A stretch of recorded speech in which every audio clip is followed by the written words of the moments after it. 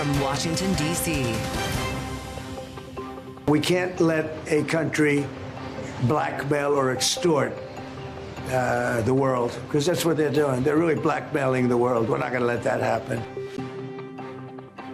Tonight, the blockade begins. The U.S. begins a naval blockade of the Strait of Hormuz after unsuccessful weekend talks with Iran. But the president says Tehran has reached out to make a deal, pushing the S&P 500 to erase its war-driven losses. And back in town, Congress returns to Washington to face a pile of challenges, including a DHS funding shortfall and a new House ethics probe into Congressman Eric Swalwell over sexual assault allegations. We'll hear from both sides of the aisle tonight. Representative Jodey Arrington of Texas, chair of the Budget Committee, and Representative Glenn Ivey of Maryland will join us this hour. Plus, pushback from the Pope. Pope Leo says he has no fear of the Trump administration after President Trump slams the pontiff as weak amid criticism of the war with Iran. From Bloomberg's Washington, D.C. studios to our TV and radio audiences worldwide, welcome to Balance of Power. Alongside Kaylee Lines, I'm Joe Matthew, and we do begin with the latest from the White House this evening, with the president today saying Iran reached out to his administration this morning over a possible peace deal as the U.S. began a naval blockade of the Strait of Hormuz, following a breakdown in ceasefire negotiations over the weekend in Pakistan. The key issue, Iran's nuclear ambitions. The president today making clear there is no path to a nuclear Iran. Iran will not have a nuclear weapon. And we agreed to a lot of things, but they didn't agree to that. And I think they will agree to it. I'm almost sure of it.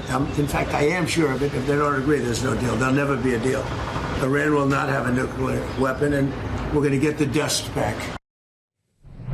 For the latest, we turn to Bloomberg's Jeff Mason, who joins us here live in our Washington bureau. Jeff, it's great to have you, and thanks for joining us, as always, on Balance of Power. The President of the United States did not have a public event on his schedule this morning.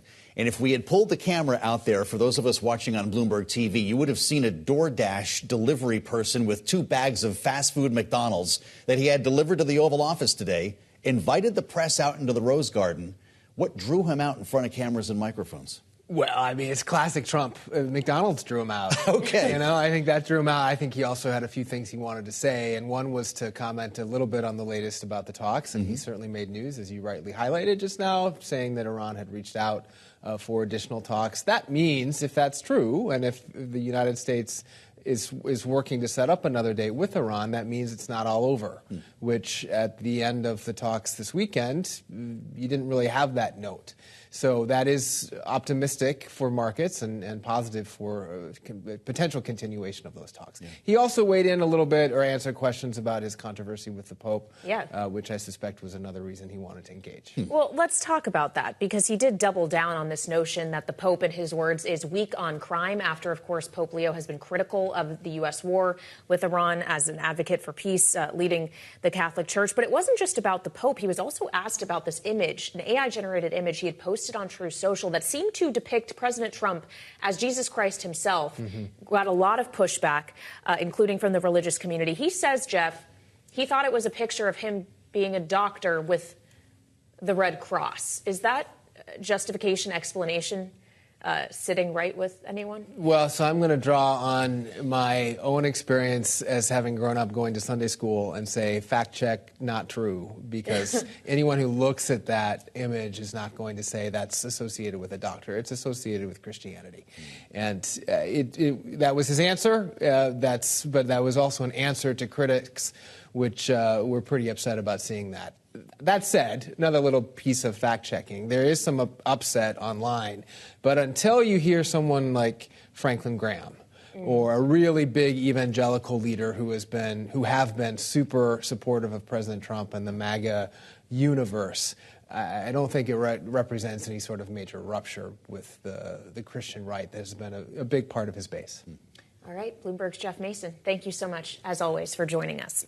Now, of course, lawmakers are set to return to Washington this week after a 2-week recess as the conflict with Iran continues, as we were just discussing. The Department of Homeland Security remains shuttered. We even could see lawmakers on both sides of the aisle facing expulsion votes. It's a lot to get into, and I'm pleased to say joining us now live from our world headquarters in New York is Republican Congressman Jodey Arrington of Texas, who chairs the House Budget Committee.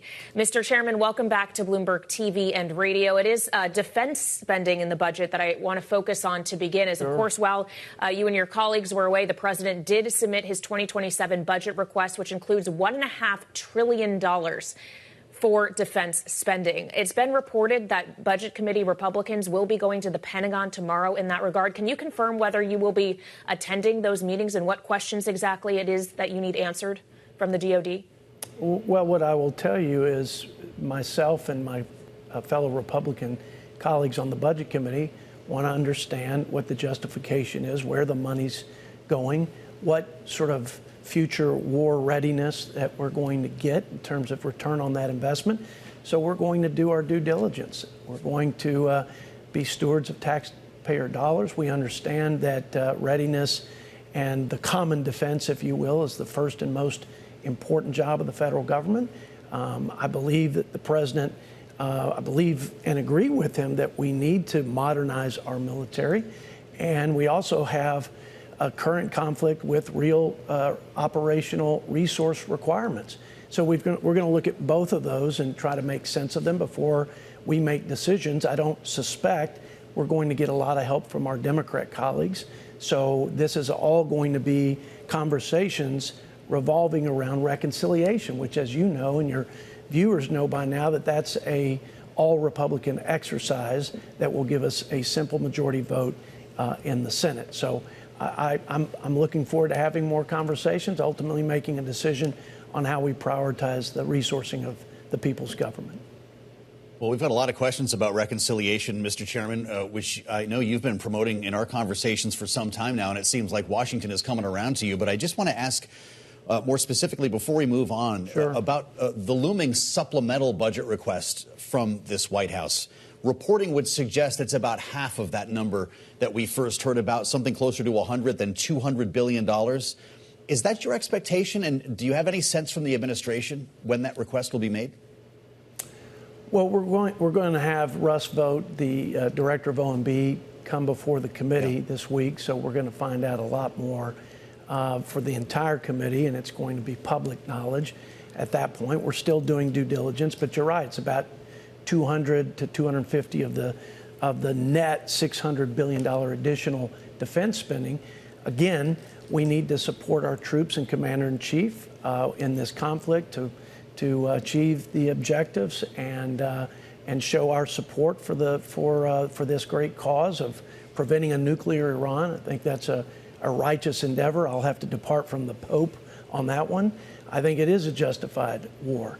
And I can't imagine a scenario where we have another North Korea added to the axis of evil, where you have a regime, a terrorist regime, with access to nuclear weapons. But so we're gonna have to parse through all that, make sure again it's going to the right places, making the right investments, and of course the first order of business is replenishing munitions, the Patriot missiles, the Tomahawks, and all that's needed to finish the fight of today, and then be thinking about the fight of the future and make sure that we evolve and our readiness matures and evolves as the threats evolve. Well, Mr. Chairman, let's get back to the budget reconciliation effort you were mentioning. Senators Lindsey Graham and John Barrasso met with President Trump at the White House just this past Friday. After that meeting, the president posted on Truce Social that reconciliation is on track and moving fast and focused. We also heard from the Majority Leader, John Thune, speaking with reporters this afternoon, who said the reconciliation bill will be very, very skinny, anorexic-like skinny, to use his words. Are you aligned with your Senate colleagues as to how narrowly tailored this reconciliation package will be? Well, I'm aligned principally that we're not going to be able to rely on our Democrat colleagues to fund Homeland Security in the middle of a conflict, which is a disaster waiting to happen, right? There are really important security and safety operations. It's not just the functioning of our airports and the disruptions that people have experienced. It's protecting our critical infrastructure from cyber attacks. It's making sure we resource our Coast Guardsmen to protect our ports and waterways against terrorist attacks. So this is absolutely critical and urgent that we restore funding to Homeland Security. Now, it's important how we do it with reconciliation. So the Senate sent us a bill that funded Homeland, Save and Accept, Border Patrol, and ICE. And I don't think you're going to have Republicans in the House rush to vote on something that looks like, smells like, walks like a defunding of ICE and Border Patrol. So we're going to need to have the reconciliation piece, the multiple years of ICE and Border Patrol, ideally, so that we don't have to have these shutdown fights into the future.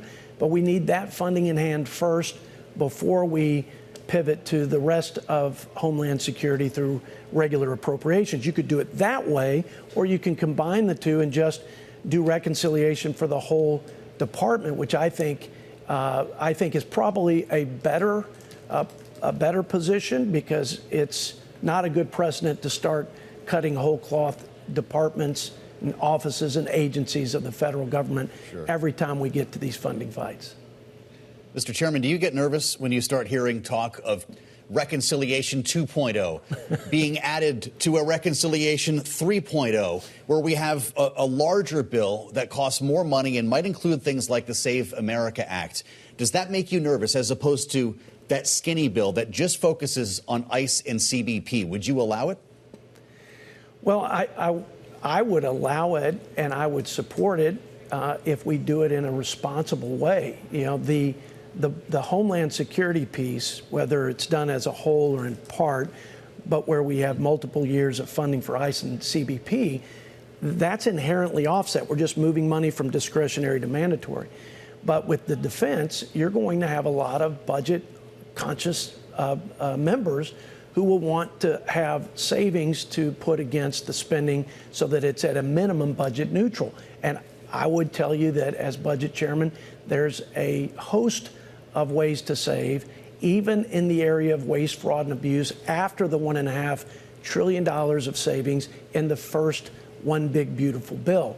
So more fraud prevention, more savings from financial controls and program integrity on a lot of these mandatory programs. That's the way we'll have to work the latter part of what you talked about. You know, you could also put a security reconciliation package that had the Homeland funding and defense supplemental with a down payment on, you know, future readiness, kind of the long-term capital expense. So there are lots of ways to skin the cat. We're talking through that, but as long as it's done responsibly, then you know, that we need the resources. I want to support our commander-in-chief and our troops in this important endeavor. So we're committed. And finally, Mr. Chairman, and I know last you spoke with us, I had asked you about your colleague from Texas, Congressman Tony Gonzalez. You said the decision surrounding allegations around him and what he should do with his future career in the House should be up to him. Now there is a call for both he and your Democratic colleague, Eric Swalwell, to be expelled from Congress, as, of course, sexual assault allegations have emerged against Congressman Swalwell. Do you support this notion that they both should go, or that even two others of your colleague as well should go in light of allegations they faced? Does there need to be a house cleaning here? Well, these are serious allegations, obviously, but I believe in the presumptive innocence of every American. I believe in the Fourth Amendment. I believe in due process and trial by jury of your peers. What I don't think we ought to do is politicize it. Again, take it seriously. You have the courts on one side, you have the ethics committee investigation on the other. Let those processes play out. Let's make sure that we get the facts, and those are meted out objectively and adjudicated independently, and then we should take action. But trying to get ahead of that, I think, is a big mistake. And, you know, obviously I don't support the policies of Mr. Swalwell. I don't support his candidacy, but I support his right to due process, and I support his presumption of innocence until proven guilty. Well, we appreciate your weighing in on all of this, Mr. Chairman. Republican Congressman Jodey Arrington of Texas, Budget Committee Chair, we thank you for being with us. Great to be with you, Joe. Bloomberg TV and radio. We turn to Wall Street now, where the president's rhetoric and hopes for a peace deal in Iran helped stocks shake early losses today, with the S&P 500 and the NASDAQ each closing up more than 1%, helped by crude oil prices falling back below $100 a barrel. There's a lot of optimism on the markets today. And for details, let's get to Power Moves now with Bloomberg's Isabel Lee, who joins us live from New York. Isabel? It definitely was very optimistic. That you see green on your screen there. S&P closed at session highs, wiping out all of the losses for 2026. The enthusiasm stemmed from President Donald Trump saying that Iran is still wanting to make a deal following a deadlock in peace talks and, of course, the blockade of the Strait of Hormuz. The S&P rose 1% to the highest since around February. The Nasdaq also rose around 1%. This is the 9th straight day of gains. 9 of the 11 industry groups in the S&P ended in the green. The VIX, which is Wall Street's fear gauge, hovered at around $19. But to your point, Brent crude is the huge story. It's now below $100 per barrel. That is a huge psychological mark for investors. So it pared back some of those gains, but still, it's in the green. A lot of investors, though, are still on edge because a lot of what happens in the Strait of Hormuz will dictate their oil supply. So at the same time, we're in the thick of earnings season. So investors are eager to hear from executives about risks that stems from the war, the AI, and all of the private credit as earnings seasons begins. And analysts are projecting the S&P 500 earnings to show roughly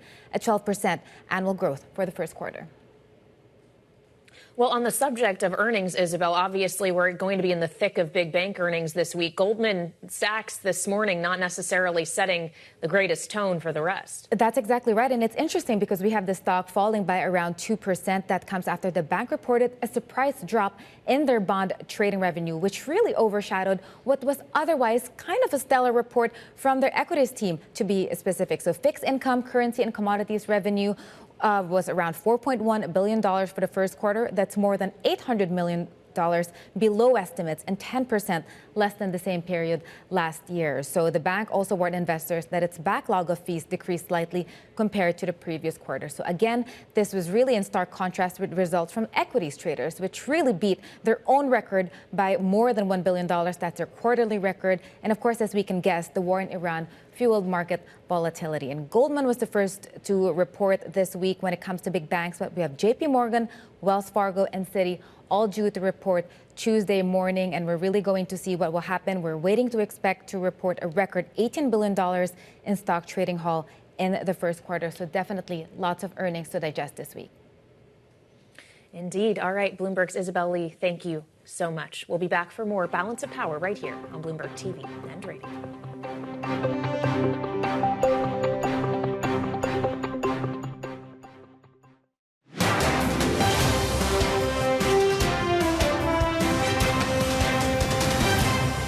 No, but we have a very good relationship with China. He would like to see this ended also. He certainly wants it ended. Everyone, I want to see it ended too, but we can't give a nuclear weapon to a group of people that have caused nothing but havoc for 47 years. It's Balance of Power on Bloomberg TV and radio. Alongside Kaylee Lyons, I'm Joe Matthew in Washington, where we heard from President Trump today, asked by reporters about China's interest in ending the war with Iran and reopening the Strait of Hormuz. Joining us now for more, Elisa Ewers, Senior Fellow for Middle East Studies at the Council on Foreign Relations. She's also a former Pentagon and State Department official during the Obama and George W. Bush administrations. It's great to have you with us. And I'm just wondering here, having just heard about optimism in the markets today, prompted by the rhetoric that we heard from the administration, if you feel like we are in a better position today than we were yesterday when J.D. Vance was getting on that plane. Thanks for having me. I think that the markets are showing that a ceasefire is something that they were hoping to come sooner. 6 weeks of military operations was certainly unnerving, and the impacts economically were starting to pile up significantly, not just for right now, but for the foreseeable future. And so I think that we are at least hopeful, if that's how we're reading the markets, but we're still in the same position as we were when the vice president left Islamabad, which is no real solution to extending the ceasefire beyond the 2 weeks, no real clarity that either side has moved off of its maximalist position. So we may very well be seeing some leverage being built up in advance of the second round of talks later this week. Well, and obviously leverage in the form of the Strait of Hormuz, the blockade of it, if you are the United States, the attempt to control it, of course, has been Iran's leverage to this point. When we consider this blockade, do you see it as more likely to lead to the end of this war, or potentially just lead to the end of the ceasefire and a resumption of hostilities? Well, the irony here is that the blockade is a solution to a problem that didn't exist before the war began, right? Iran did not have control over the Strait of Hormuz before February 28th, certainly not the way it has for the last several weeks.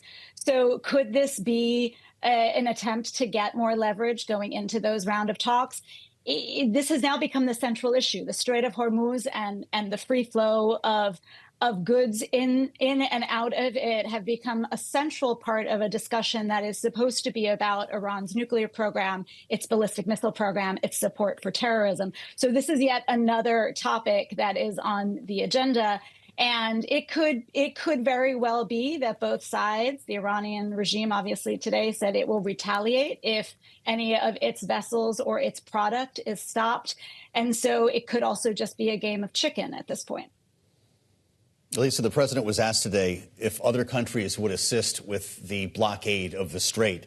He said, "We don't need other countries, but yes, they will." When asked who, he said they've offered their services. We will let it be known probably tomorrow, leaving us all wondering who that might be. Do you believe that any other nations will assist the United States in this blockade? I think we've seen time and again that the president has said lots of not complimentary things about our partners and allies, and then said that they will come and assist us in this war. I think that there is an interest, certainly, on our partners' behalf in Europe, our partners in the Indo-Pacific, to see the Strait open. It has impacted their economies significantly. It is certainly something that I think they want to be part of the solution for. Whether that means engaging militarily to blockade the Strait is an entirely different matter. They've been clear that they want to be part of whatever comes after the guns go silent in order to make sure that this waterway is free for commerce for all, as it should be. That is not the same thing as engaging militarily in a blockade. Elisa, I also want to ask you about the meeting that is set to take place here in D.C. tomorrow between Israel and Lebanon, direct talks that are being mediated by the United States, as Israel, of course, is still actively pursuing its campaign against Hezbollah. What is your expectation as to whether or not these talks will yield anything, knowing the Lebanese government doesn't necessarily speak or is able to control Hezbollah? Well, thank you for this question. It's really something that I think should have more attention, including attention here in Washington, because it presents really a once-in-a-lifetime opportunity with the Lebanese government that is the first to be willing to talk directly to Israel, a government that's made an armed Hezbollah illegal, and the people of Lebanon seeing for the first time and saying quite verbally that it's Hezbollah that is the reason that their country is at war. I think it's another clear sign that military solutions cannot be the only answer to some of these intractable problems. Hezbollah has been a problem, first and foremost, for the Lebanese people, as well as for Israel, for the United States. In our interest, they have American blood on their hands. But this opportunity to actually try and resolve these issues with direct talks between Israel and the government of Lebanon, the people of Lebanon, I think is one of those opportunities that should not be missed, because it is unlikely to come back around, at least for a generation or so. All right, Elisa, we appreciate you joining us. Elisa Ewers, Senior Fellow for the Middle East Studies at the Council on Foreign Relations. Thank you so much. And coming up, Congress coming back into session with Democrats planning to force war powers votes in both chambers. We'll have more with Democratic Congressman Glenn Ivey of Maryland next on Bloomberg TV and radio.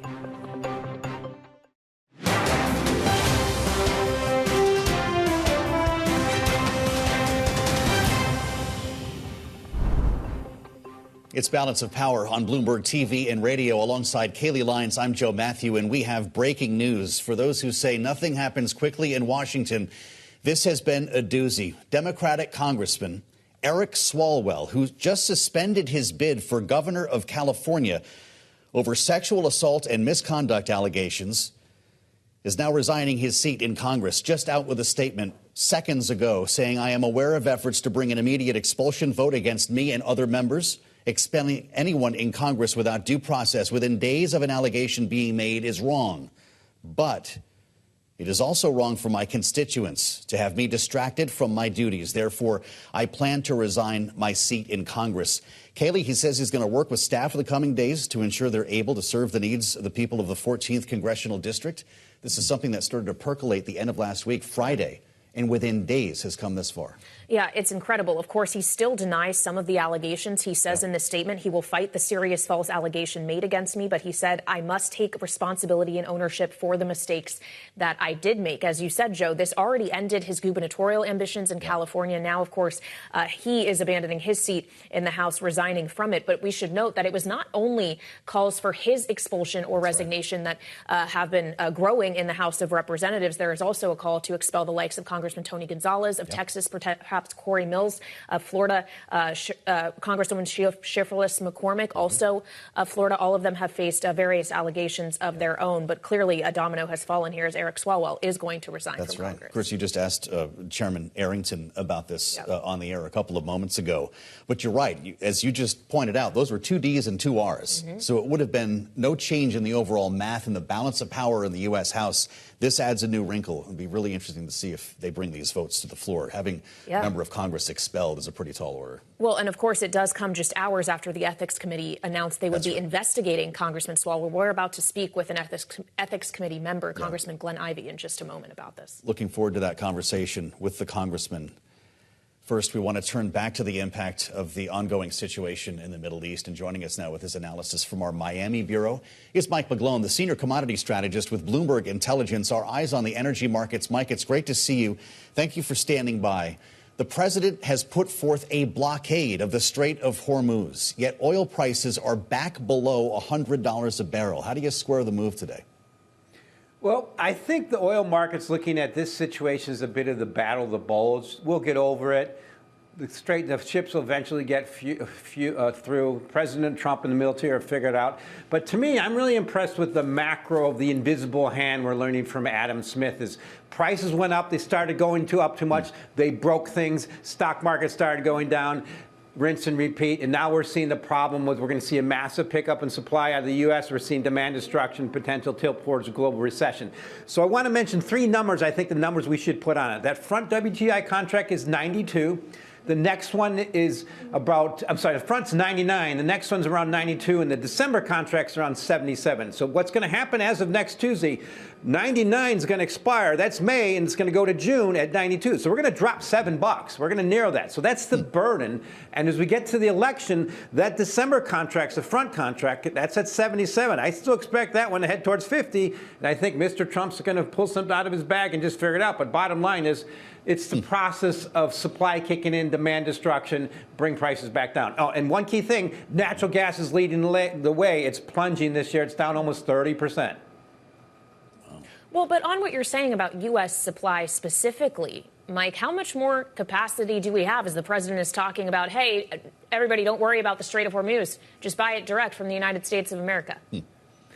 Kayleigh, good question. It's going to take a while, but we're seeing the demand destruction, and we'll see severe demand destruction if the stock market goes down. That's the good news. That's what's stabilized. So, yes, it'll take some while, but we're also seeing the pickup in U.S. prices, like diesel's popped up to near almost all-time highs, and that's one of the key things that grease the global economy. That's going to pressure the U.S., but, yes, it can't respond too much, but the bottom line is things adjust. And the key thing, remember, people kept using that quote, 20% of global supply from the Strait, but maybe it's more like 10 that's really constrained. As we've seen, Saudi Arabia is actually exporting, through the Red Sea. And as my colleague Zia Dowd pointed out, that they're actually making more money than before the invasion or the war because prices are so much higher.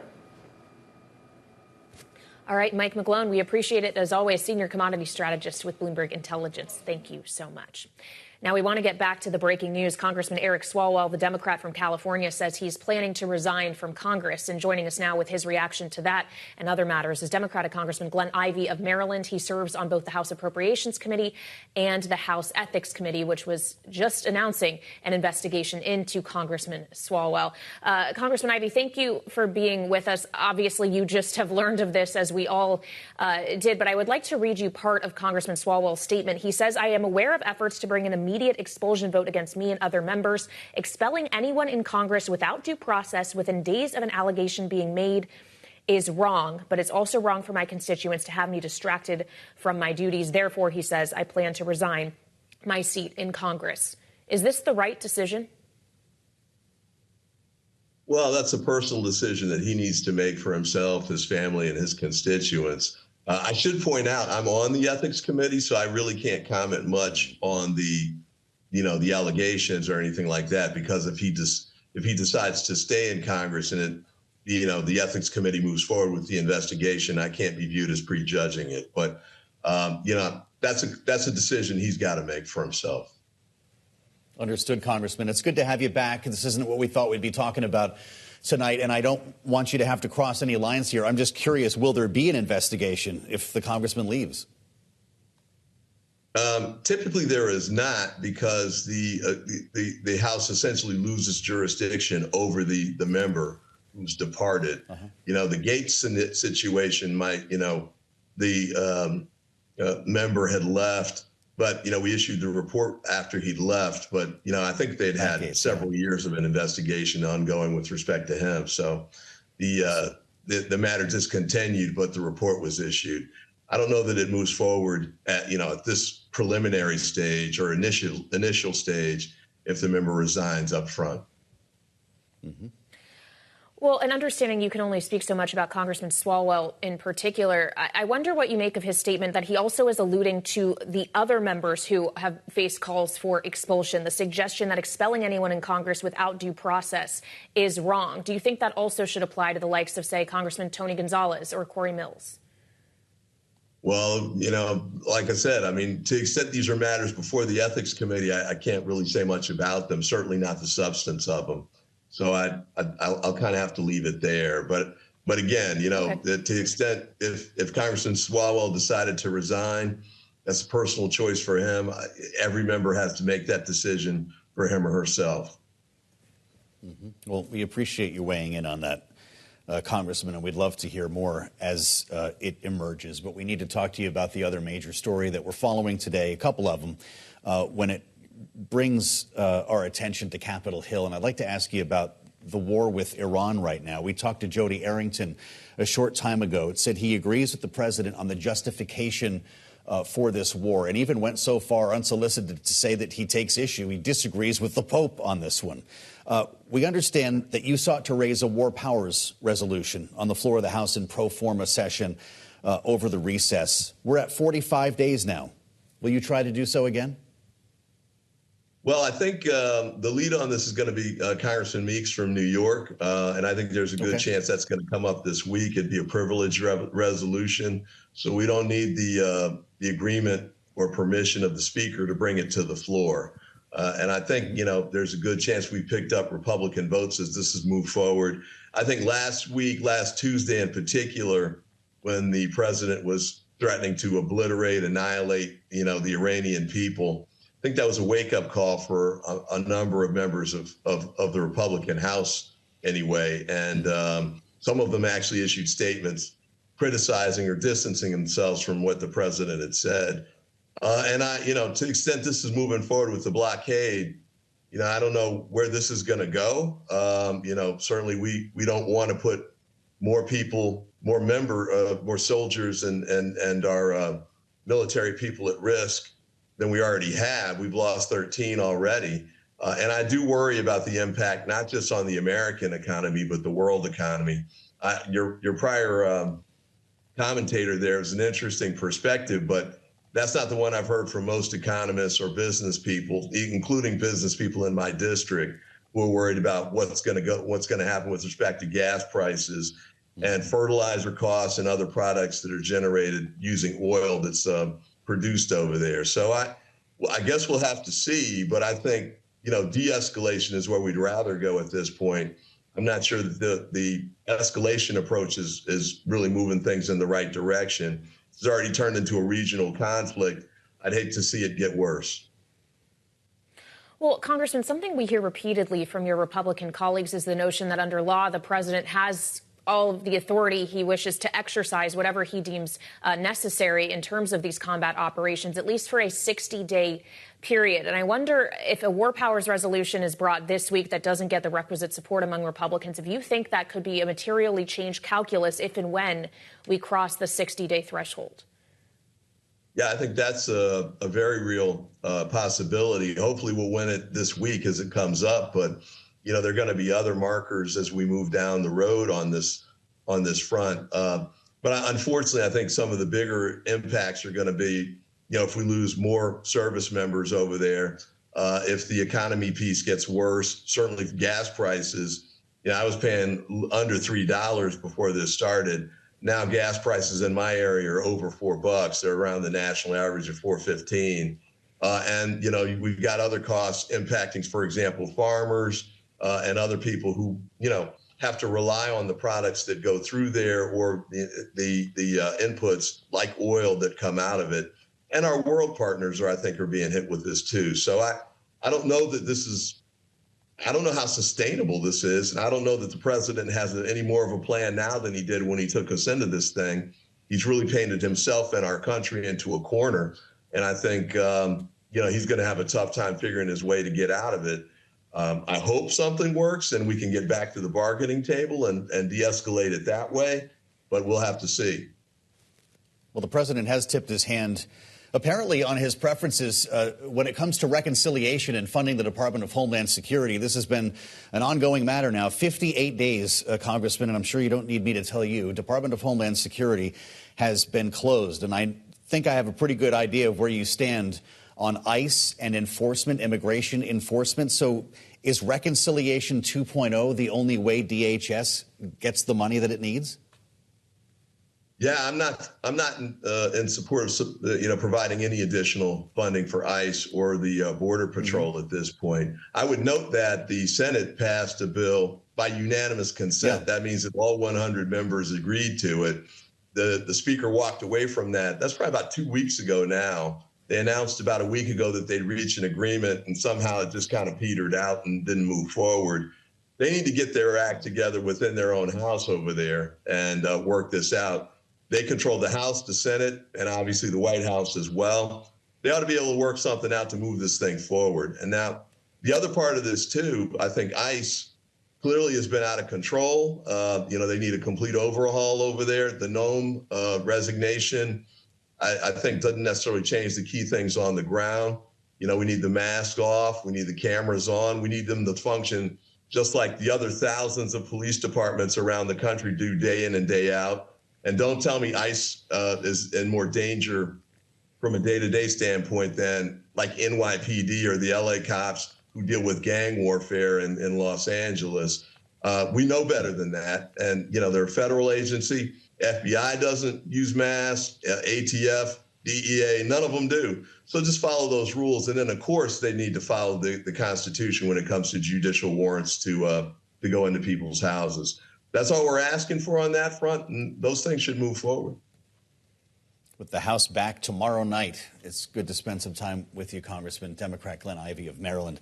We thank you, as always. Coming up, Hungary's next leader is vowing to bring his country back into the European fold following Prime Minister Viktor Orban's election defeat. He lost. We'll bring you details with our political panel next on Balance of Power on Bloomberg TV and radio.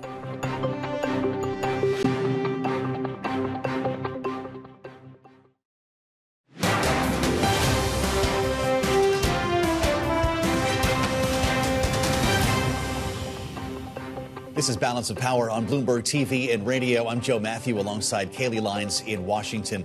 In tonight's Power Brief, Hungary's Prime Minister-elect Peter Magyar is calling for a swift transition of power after winning an historic election on Sunday, ousting the European Union's longest-serving Prime Minister, Viktor Orban, spent 16 years in power, becoming an ally of both Donald Trump and Vladimir Putin. During an address on Monday, Magyar outlining his plan to strengthen Hungary's ties with the EU while accusing Hungary's outgoing foreign minister of destroying documents relating to EU sanctions. They are currently destroying documents that have to do with the sanctions. this is what's happening in Hungary. We know that people have been destroying documents, just like in the old communist age, that shredders are working full-time, not only in ministries, but also the other background institutions. They are destroying, shredding documents, but that's not going to help. Let's bring this straight to our political panel. Bloomberg Politics contributors Rick Davis, Republican strategist, partner at Stone Court Capital, alongside Democratic analyst Jeannie Sheehan Zaino, democracy visiting fellow at Harvard Kennedy School's Ash Center. It's great to have you both here. Rick, the tip sheets put these stories together today. A failure at the negotiating table in Pakistan on behalf of J.D. Vance, and a failure for Viktor Orban, even after J.D. Vance flew all the way to Hungary to help support his candidacy. Is that how you're seeing this? Two strikes for J.D.? Yeah, I think it was a really rough weekend for J.D. There's no question that somebody made a calculated decision to put him in Hungary. An incredibly odd thing for a vice president of the United States to be campaigning actively for the election of somebody in a democracy that is like the one in Hungary, and then have a miserable failure. I mean, the parliament's going to be 75% Magdar's party. So, I mean, like, it was an overwhelming defeat. And then to put the vice president of the United States, the second most powerful man on the face of the earth, in Pakistan to have a counterparty that had not held office before we attacked and killed his predecessors, is just like, where's the symmetry there? I mean, wouldn't you want the equivalent of that, which in this case would be the supreme leader in Iran to negotiate? I mean, like, it was almost an insult to be there as far as, you know, the symmetry of power. And then, frankly, I think the third strike was attacking the Pope. I mean, probably the most high-profile Catholic in America is J.D. Vance, and he makes a big deal about that. Yeah. And his boss goes after his other boss. Wow. Yeah, he's actually writing a book, J.D. Vance is, about his return to Catholicism and his own faith. So I guess, Jeannie, let's talk about the Pope. In fact, I think we have some sound, not just of the president renewing his criticism of Pope Leo, who he suggests is, quote, weak on crime, but also speaking to, when he was asked by reporters, the AI image that President Trump shared on Truce Social that appeared to depict him as Jesus Christ. Here is the president's explanation. I did post it, and I thought it was me as a doctor, and had to do with Red Cross as a Red Cross worker there, which we support. And only the fake news could come up with that one. So I just heard about it, and I said, how did they come up with that? It's supposed to be me as a doctor making people better, and I do make people better. It's supposed to be him as a doctor. Jeannie, you buy that? No, surprisingly, I don't. And, you know, you could just hear him weaving and bobbing and trying to explain away what is so obvious to so many people, and also what is so blasphemous. And I am very curious to hear when some of the leading Catholics on the Republican side are in D.C., what they have to say about this. You mentioned J.D. Vance. Of course, there is also Marco Rubio, who spent the weekend with the president at the UFC fight while J.D. Vance was struggling over in Islamabad. So, you know, the president has tried to walk back on the image, but he has not yet apologized to Pope Leo. You mentioned, Kayleigh, he called him, you know, weak on crime. Oddly, he also said he's not very good with foreign policy. But the last time I checked, popes don't really work on foreign policy or crime. They are there to lead Catholics, billions of them around the world, and a beloved figure. And so the president, I think, should apologize for this dust-up with Pope Leo in the last 24 hours. Remember when John Lennon described the Beatles as being more famous than Jesus? It was an outrage. He had to apologize for it. It's the one place you don't go, Rick, especially when an evangelical community lifts you into the White House. Should he still apologize? Yeah, I think that even if it was a mistake, even if it was a well-intentioned mistake, right, and he really thought that that was a picture of him as a physician rather than as Jesus Christ. Physician with an orb. What's the harm in saying, and look, I apologize if anybody misconstrued what had happened. But look, Donald Trump, from what I can remember, has not apologized for a single thing since he's entered public office. You know, and so it's just not in his DNA to get out of a jam by just being ecumenical in that regard. Very good.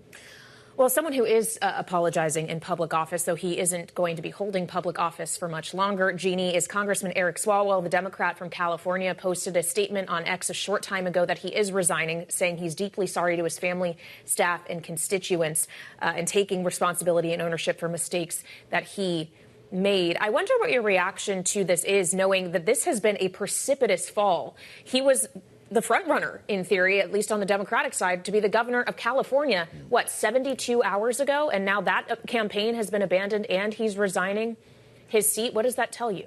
Yeah, Kayleigh, it is stunning to think about how quickly this moved. You had the stories in the San Francisco Chronicle and CNN, and all of a sudden you had a bevy of leading Democrats, particularly those from California like Nancy Pelosi, Adam Schiff, and of course the House Minority Leader, Hakeem Jeffries, calling on him to step down from the governor's race, which he did. And now, as you just mentioned, he is going to leave Congress. And right, he should. The allegations against him are horrible. They are horrendous. He needs to focus his attention on defending himself. He says he's innocent. We'll have to see. But he should not be in public office. And so I applaud him at least for resigning and ending his campaign. And I do hope that people like Tony Gonzalez follow, because there is too much of this in Washington, D.C. And for constituents, you wonder why numbers and support for Congress are so low. Here is one of many, many reasons. You've seen a couple scandals and political careers here in Washington. Rick, what do you make of the speed with which this unfolded? And was this simply a congressman trying to avoid an ethics committee investigation? I certainly think that's part of the construct. And I would think, too, that just part of his own exit off the public stage to hope that it doesn't affect him or his family in too much of a negative way. Yeah. All of that compounds itself, right?